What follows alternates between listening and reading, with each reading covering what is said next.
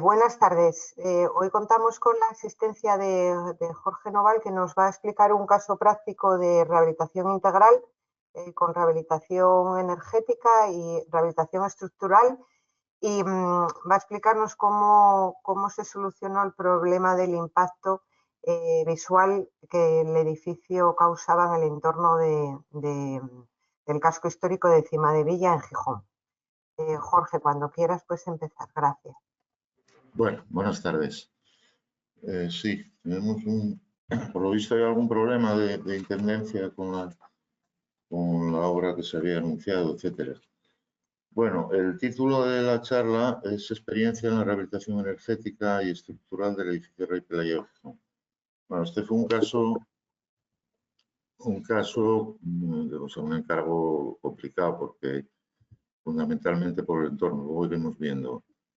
El encargo se produjo en 2000, el proyecto es de 2006 y el encargo es poco después del 2000. Vamos a ir pasando. Bueno, emplazamiento. Ahí. Vamos, perdón, repito esto aquí un momentito. Vale, emplazamiento.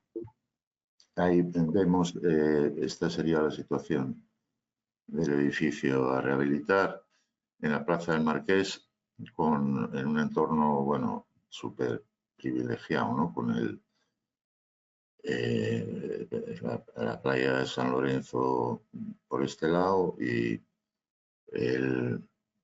la dársena deportivo a la izquierda. Tenemos el Palacio Revillagigedo y la Colegiata de San Juan, bueno, Plaza del Ayuntamiento, el Ayuntamiento en esta posición. Bien, la situación, bueno, y este es un edificio que nos tocó rehabilitar posteriormente. Bien, vamos a verlo. Aquí es un poco la vista esta de Google. Claro, no deja de ser un reto el intervenir en una situación de estas porque, bueno, como ejemplo de ello, hay un profesor, no recuerdo de qué escuela, que publicó un libro que titula Los 12 edificios más feos de España. Y creo que estamos en el número 10 con estos dos edificios, ¿no? Con el Rey Pelayo, con el Plaza del Marqués número 10 y el número 1. Pero bueno, nos consuela un poco que en el puesto número 3, que empieza por los más feos según él, están las viviendas de la M30 de Oiza. O sea que, y todos los edificios que vienen son de arquitectos conocidos, ¿no? Él habla en su libro de que solo va a citar los pecados y no el pecador, pero luego hubo un periodista de un periódico asturiano que hizo una libre interpretación de esto y nos pone a Marta Pujadas y a mí como autores de los proyectos de estos dos edificios que son este de 1969 y este de 67. Marta, la pobre, ni había nacido todavía, ¿no? Entonces, bueno, para que os hagáis una idea, es una intervención bastante compleja y naturalmente tuvo sus detractores y gente que le pareció bien. Bueno, como os decía, el edificio está al lado del Palacio de Revillagigedo. Como sabéis, la torre de la izquierda es gótica, del siglo XV, y luego le hicieron la almenada esta. Y luego, bueno, esto en el siglo XVIII, principios, cuando se hizo el palacio, se mantuvo esa torre y aquí hicieron una simétrica, ¿no? La colegiata es coetánea y casi todas las viviendas que hay por aquí en el entorno pues son de finales de 1800, ¿no? De 1890, por ahí, ¿no? Bien. Nos encontramos voy a hacer un poco como títulos de experiencia de la rehabilitación. Cuando nos encargaron el proyecto, la primera reunión que tuve con el presidente de la comunidad, con Héctor, pues lo que pretendía del estudio era que le diéramos una solución para resolver los problemas que tenía de fachada, algunas grietas y tal, y bueno, que habían hecho un tratamiento, luego veremos en alguna diapositiva, habían hecho un tratamiento con unas pinturas impermeables que estaba poniendo en situación más difícil todavía el estado, la patología del edificio, y solo pretendía que hiciéramos eso, ¿no? Entonces, a medida que fuimos viendo, bueno, lo primero que dijimos es que convenía hacer unas catas para ver cómo estaba un edificio en un ambiente tan expuesto y tal, con estructura metálica, pues nos temíamos lo peor, como si fue. Y ahí ya se empezó a complicar la cosa. Iremos viendo, bueno, este es el estado actual, ya veis que este tratamiento, estos balcones, pues uno es lo típico que pasa siempre, ¿no? Lo cierran con aluminio, otros con madera, otros con PVC, en fin, está ahora bastante lamentable. Lo mismo pasa en la fachada principal. Vamos a ir pasando.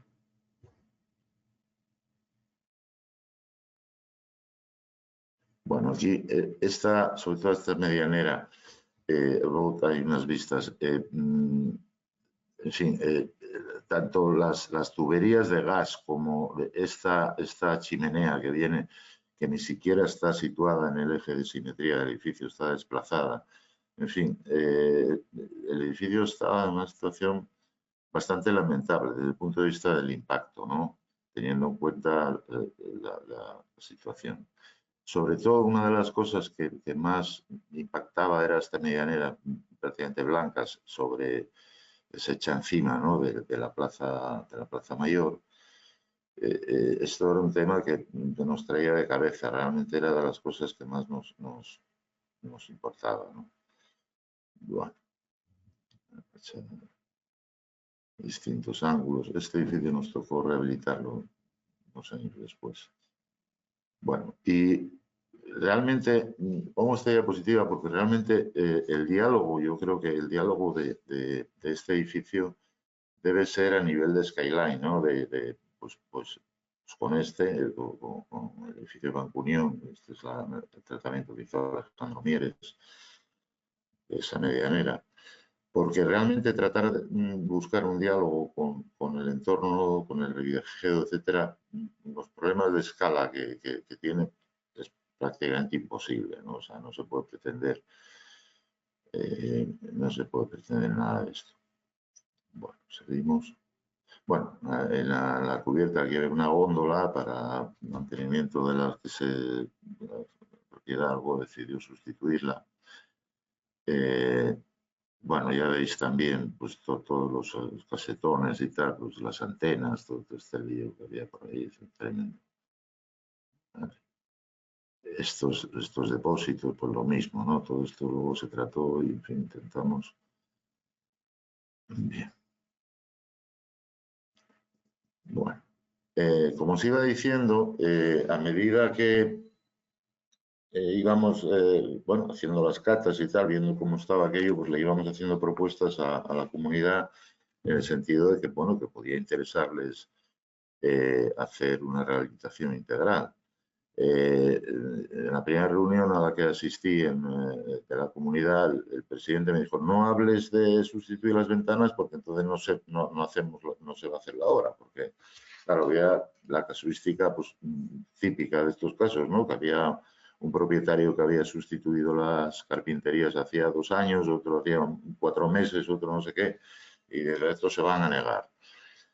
Bueno, luego se consiguió el presupuesto de la obra fue de casi 3 millones de euros, pero hubo una subvención de prácticamente 1.980.000 y pico euros, con lo cual los propietarios llegaron a la conclusión de que les interesaba más sustituir las carpinterías que dejarla, aunque las hubieran, o sea, les interesaba más que la actuación fuera integral que el hecho de mantener unas carpinterías que habían comprado hacía poco tiempo, ¿no? Está más interesante incluso desde el punto de vista económico. Bien, la planta general del edificio hasta la planta 11 se compone de 4 viviendas por planta, 2 al frente de aquí y otras 2 hacia atrás, con un patio de luces ahí. Y luego de la 11 a la 15, contando la planta baja como la primera, ¿no? Pues ya son dos viviendas por planta. Estas viviendas tienen unas vistas espectaculares, ¿no? Bueno, estos son los alzados del estado actual. Aquí se ven el estado del edificio. Y bueno, ya empezamos con el proyecto. El proyecto nos da un poco de miedo al principio, sí. Bueno, intentamos establecer unos criterios de composición limpios, encontrar para ello, por ejemplo, en la parte donde había los balcones frente al Revillagigedo, buscamos una solución. Bueno, teníamos que estos balcones en esa situación norte, entran unas galernas por ahí, entran directamente desde el Atlántico ya. Y es tremendo, yo creo que esos balcones no tienen uso en ninguna época del año, ¿no? Todo lo que hicimos buscando una analogía, por decir así, con una morfología de galería, pues hicimos ese, pues vamos a ver luego el muro cortina, con tiene, digamos, las funciones de proteger mediante esa cámara de aire entre la pared exterior y, o sea, el plano exterior de fachada y la anterior, lo que era el balcón, que mejora mucho las condiciones ambientales de las viviendas. Esta era la solución de proyecto con estos maineles y esta tapeta que luego sustituimos por una carpintería con silicona estructural, de forma que el vidrio tapa hasta el eje, la tapeta esta, y no se ve la carpintería porque fuimos a vidrios reflectantes y coloreados, ¿no? Bueno, es prácticamente lo mismo, lo que pasa es situado en este plano, ¿vale? Con silicona estructural. Esto de la silicona estructural está muy bien cuando los vidrios son reflectantes, porque cuando son translúcidos normal se ve toda la silicona, es un poco asqueroso. Bueno, luego como revestimiento utilizamos hormigón polímero, concretamente de Ulma. Y bueno, se me olvidó comentar, el proyecto original es de los arquitectos Díaz Cantelli y Álvarez Sala. Me había olvidado. Bueno, entonces vamos a pasar a esta primero y luego vemos lo otro. O sea, el sistema, a mí el sistema este de fachada ventilada, que es un sistema SATE, ¿no? Como se dice, ¿no? SATE o fachada ventilada. Bueno, la fachada ventilada es tan SATE como lo que llamamos comúnmente SATE. Es un sistema con aislamiento térmico por el exterior, ¿no? En este caso con un aplacado que protege al aislamiento, y en el caso de lo que llamamos SATE sin más, pues el propio aislamiento es el que lleva el revestimiento encima. Pero es un SATE, una fachada ventilada no deja de ser un SATE. A mí es un sistema que me encanta. De hecho, yo la primera fachada ventilada que hice la hice en el año 80 y pico. O sea, que la hice, claro, con los medios que había. Es decir, era una casa con muro de carga. En vez de poner el muro de carga en la fachada exterior, lo puse hacia el interior y se revistió, digamos, con un tabicón, con unas micro perforaciones en los tendeles, en las llagas y tendeles, que producía esa trasventilada, ¿no? Esa fachada trasventilada. Pero lo que sí me permitía era pasar el aislamiento continuo por los planos vertical y unirlo con el aislamiento de la cubierta, creando un envolvente prácticamente sin puentes térmicos. Ahí todavía no aislábamos los cimientos como hacemos ahora en las viviendas pasivas, pero era una solución que funcionaba bien. Luego ya cuando se empezaron a comercializar dejó de ser muy cara, porque, a ver, el sistema, yo entiendo que desde el punto de vista físico es el mejor que se puede utilizar en la construcción, en un clima como el nuestro, ¿no? O sea, en un clima lluvioso tienes dos opciones. Lo que se hacía antes, ¿no? Cuando uno iba al monte se ponía una capa de agua que era impermeable, con lo cual sudaba de la transpiración bestial porque se condensaba en el interior de la capa de agua y era una cosa tremenda. Eso no funciona, que es una solución que se hacía a veces, ¿no? Es decir, bueno, pues pongo un aplacado que me proteja impermeable y tal, pero claro, se tiene el problema que si es impermeable al agua, la mayoría de las veces era también impermeable al vapor, con lo cual se producían las condensaciones intersticiales. Evidentemente, desde el punto de vista físico, si uno tiene dos opciones, o ponerse la capa de agua, que es un desastre porque se condensa y no funciona, y otra es ponerse un buen abrigo de cashmere, por ejemplo, que permite la transpiración tranquilamente, que respire, y un paraguas muy grande que evite que te mojes, ¿no? Esa es una solución desde el punto de vista de confort muchísimo mejor que tratar de ponerte el impermeable.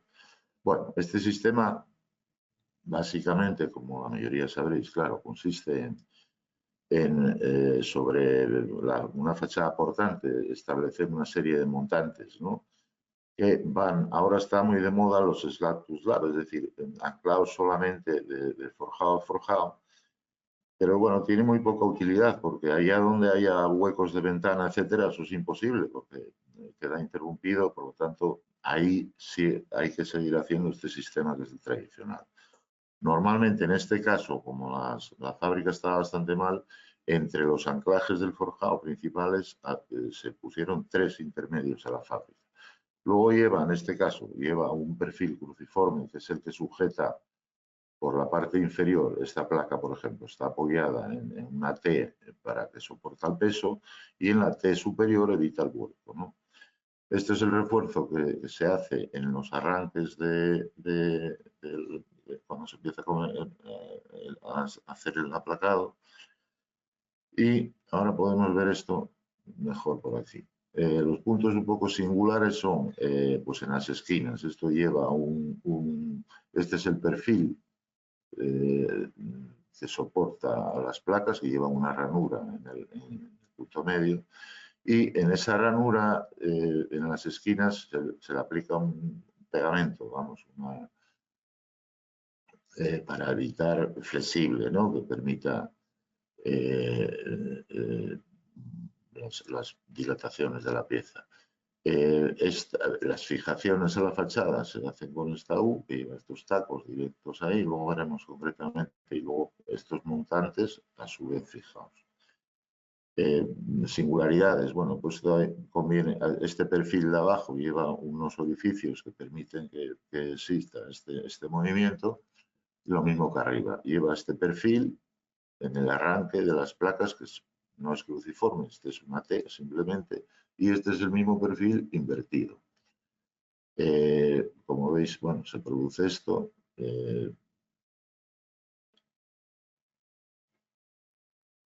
Pensamos. Bueno, son tipos de las escuadras tipo, más representativas, los anclajes del SUS que van a sus anclajes, etc.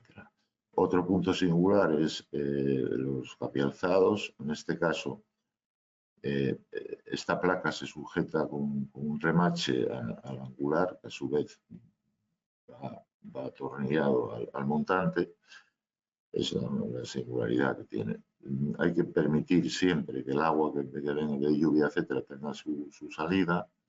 Incluso estos perfiles que soportan a las placas llevan unos orificios cada metro aproximadamente y tal para evitar que se encharque ahí, ¿no?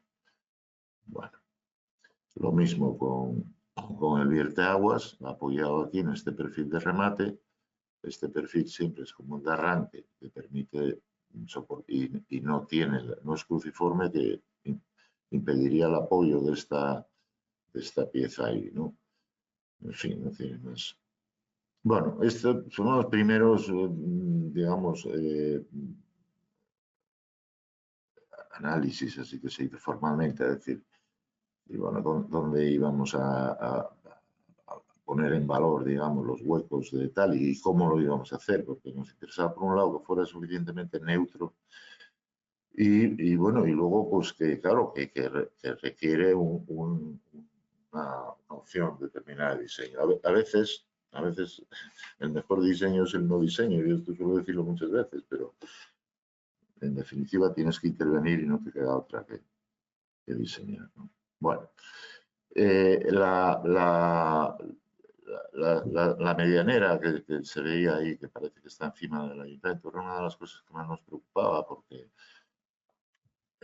bueno, necesitábamos una cosa que no fuera una simple pintura, que acabaría como estaba en esa situación tan mal, digamos, mantenida, que fuera un revestimiento permanente, pero ¿qué revestimiento? Porque entonces se nos ocurrió decir, vamos a hacer una especie de cielo pixelado, ¿no?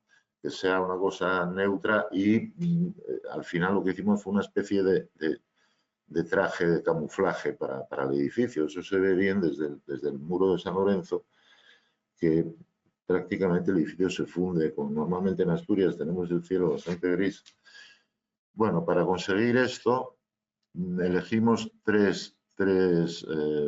bueno, dos colores, con dos tonalidades de gris, uno claro y otro un gris, bueno, muy claro, muy oscuro, ¿no?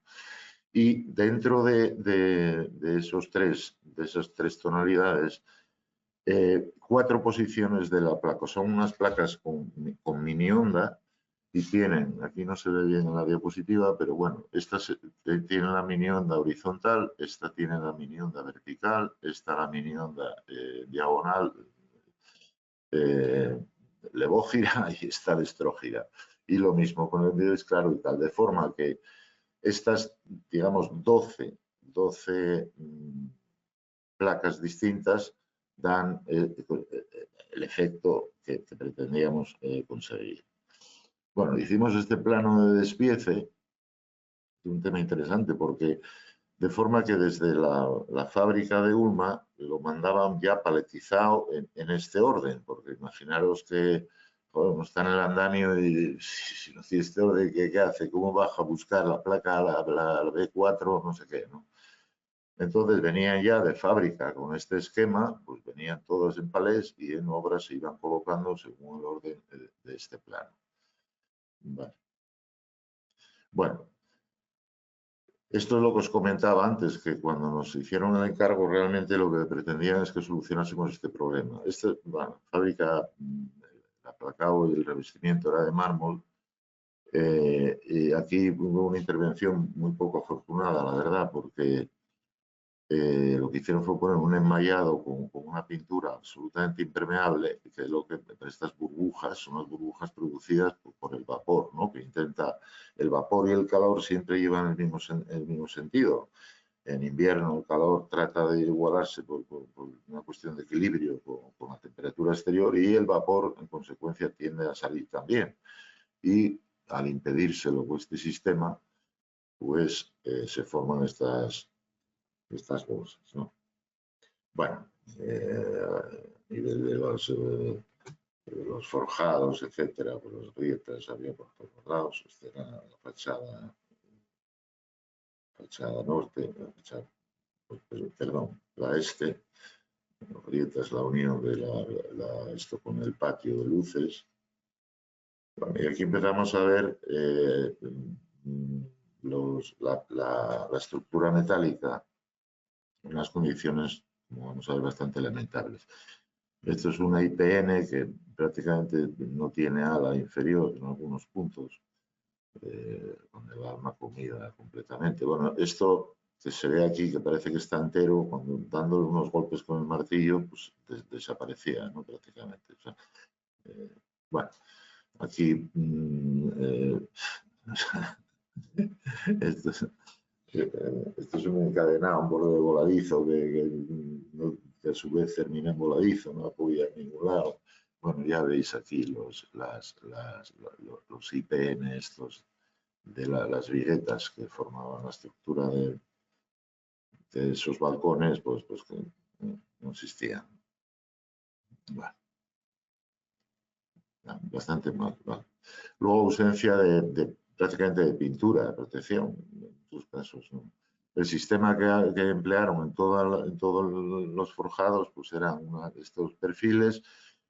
Un forjado que se fabricaba aquí, en Virotec, se fabricaba entre maños, funcionaban bastante bien. Ahora lo traemos de Alemania, cuesta 25 veces más y prácticamente es lo mismo, ¿no? Tenían unas particularidades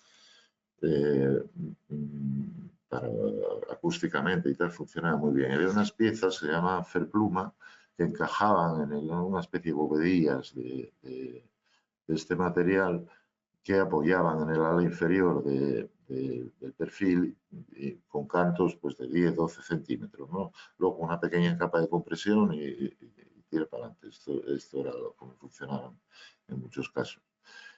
Bueno, más ejemplos de lo mismo. La verdad es que mete miedo. Yo, muchas veces, bueno, esto de la física será verdad, porque viendo esto, dices, ¿cómo es posible que esto estuviera en pie, no se hubiera, en fin. Bueno, vemos otra viga prácticamente sin ala inferior, una de las partes se ve, bueno, el mismo. Esto es tremendo, ¿eh? Bueno, en un caso de esto de fachada ventilada, lo primero que se hace es con unos gatos ver la resistencia para el tema de los anclajes que tienen tanto el forjado, ¿no? Tanto el forjado como las fábricas, y en función de eso se establecen pues, las distancias, etcétera, ¿no?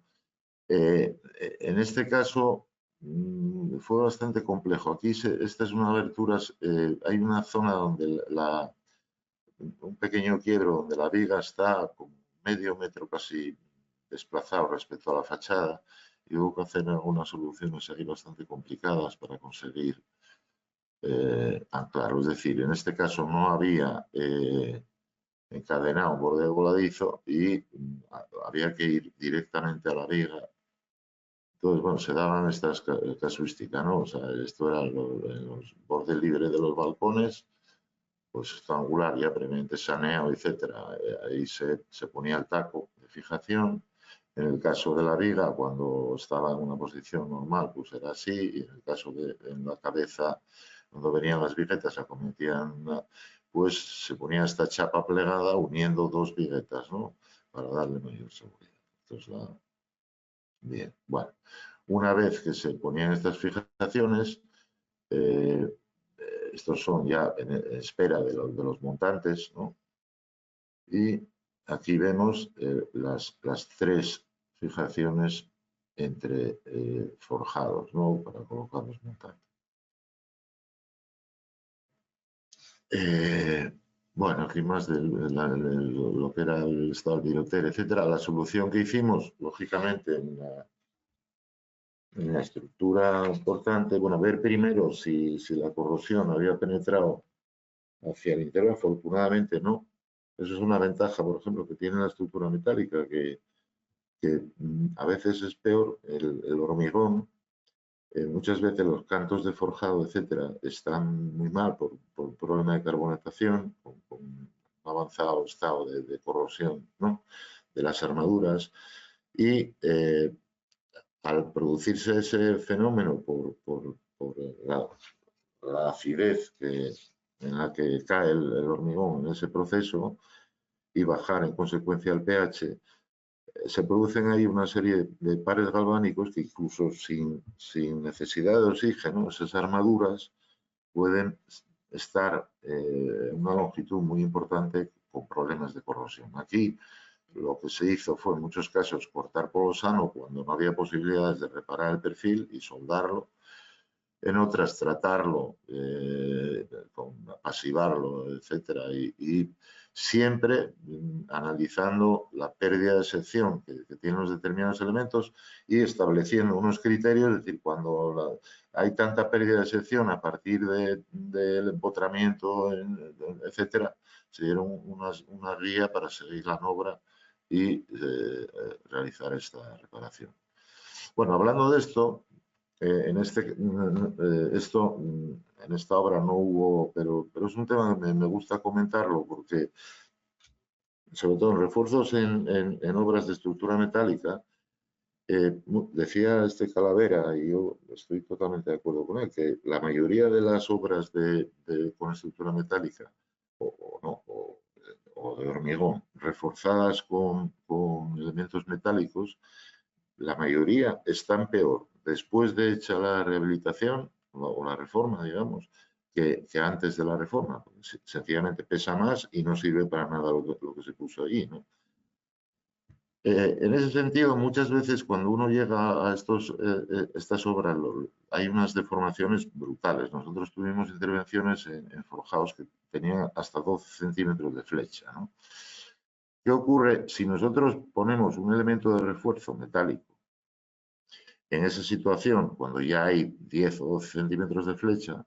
Evidentemente, el refuerzo metálico, hasta que no entra en carga, no trabaja. Y en ese periodo de entrar en carga, lógicamente sufre una deformación. Si no hay deformación, no hay tensión. Y viceversa. Por lo tanto, si un forjado que ya tiene 10 o 12 centímetros de flecha, para que eso funcione, tenemos que esperar a que el perfil metálico todavía baje 1 o 2 centímetros, porque claro, aquello ya resulta que no hay quien repare los tabiques ni repare nada.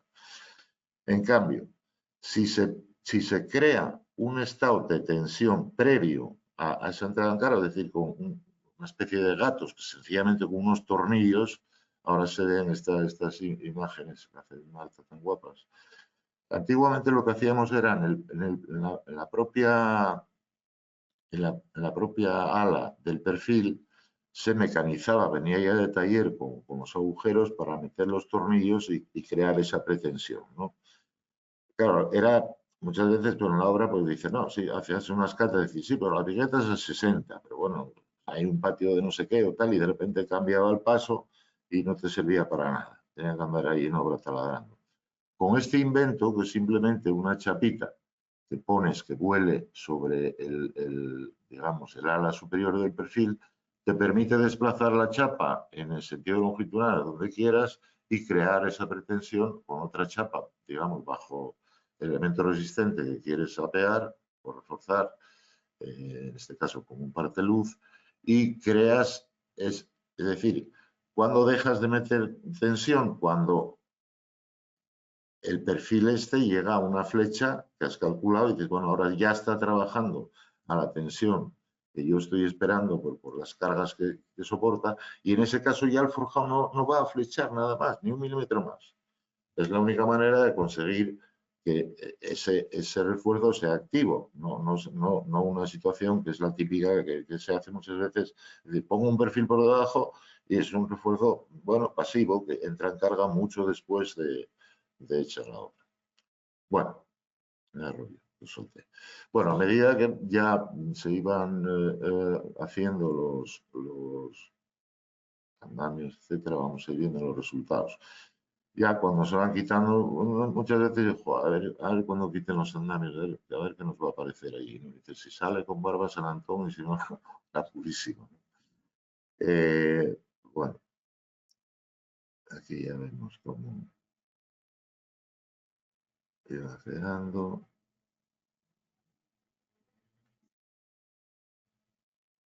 Bueno, esto ya se acabó. Bueno, como os decía antes, el tratamiento de estos elementos, de estos balcones, tanto aquí como en estas franjas, lo que teníamos era hacer un tratamiento lo más neutro posible, porque de hecho cambiamos el sistema de los maineles aquellos porque creaba un cierto orden que no nos interesaba. Es decir, no, vamos a actuar, sí, ponemos en valor, digamos, esa composición, pero vamos a introducir el menor número repertorio de elementos de la morfología de la intervención, el menor número posible de elementos, ¿no? Sea una composición limpia, respetuosa. Entendemos que otra cosa no se puede hacer. Necesitaría, este es el famoso edificio de los más jóvenes, no habréis oído hablar, pero en los años 90 yo creo que era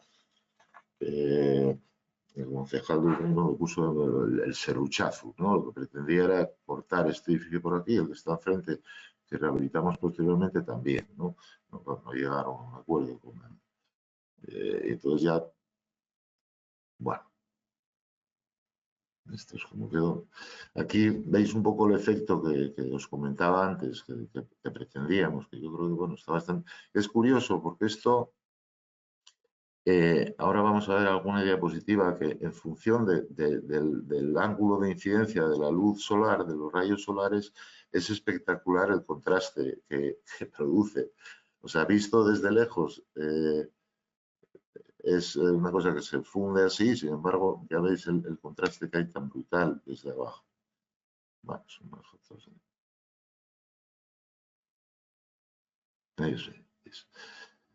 Estas tan oscuras es porque la mini onda está, digamos, en este sentido y el Sol, en este caso, está bastante tangente, con lo cual la cresta de la mini onda arroja esa sombra sobre o sea, sobre el valle, digamos, sobre o sea, la cobija, por decir así, pero eso se ve prácticamente negro y son piezas muy claritas.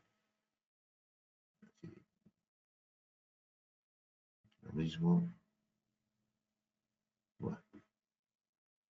Y en cambio, desde lejos, que era un poco lo que pretendíamos, bueno, pues es un... Bueno, la intervención, intentamos ser bastante cuidadosos con todo. Aquí esta chimenea que no estaba en el eje de simetría de esta fachada, como no podíamos cambiarla porque era de un local comercial que bueno, pues estaba un disparate, lo que hicimos fue recubrirla con una chapa semicircular excéntrica con una chimenea, pero centrada en el eje de simetría y bueno, al final, intentando pues, con estas actuaciones, aquí se ve un poco, es más grande, pero por lo menos está en su sitio y bueno, está también bastante camuflada.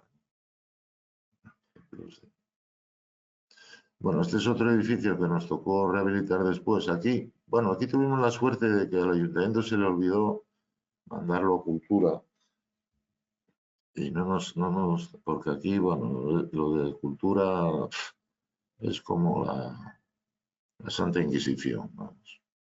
Esto, en fin. Aquí teníamos una propuesta bastante mejor para este edificio, pero bueno, ya quedó capado por no pelear mucho con...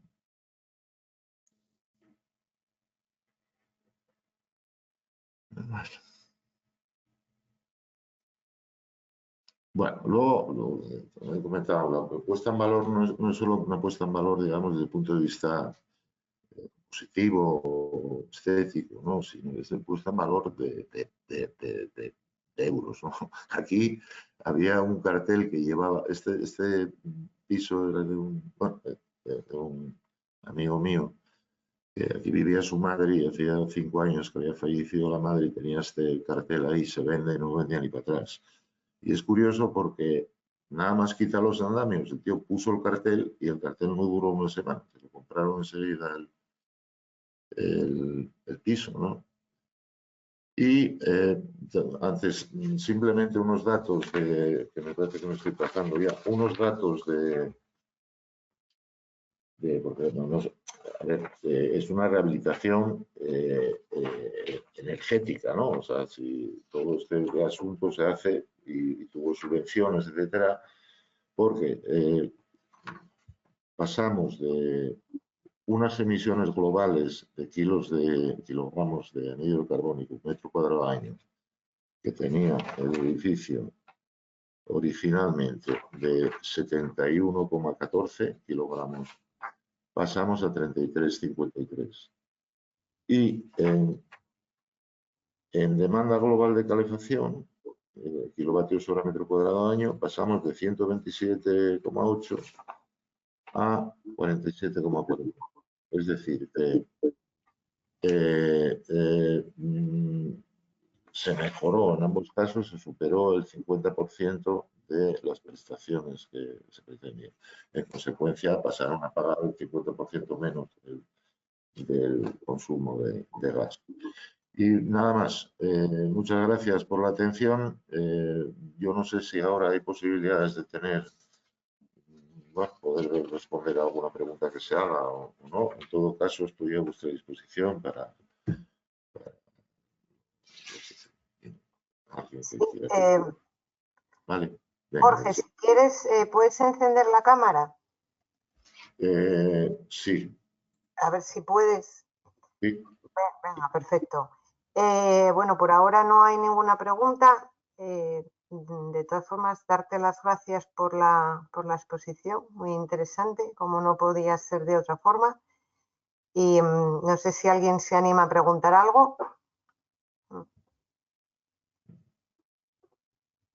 Nada.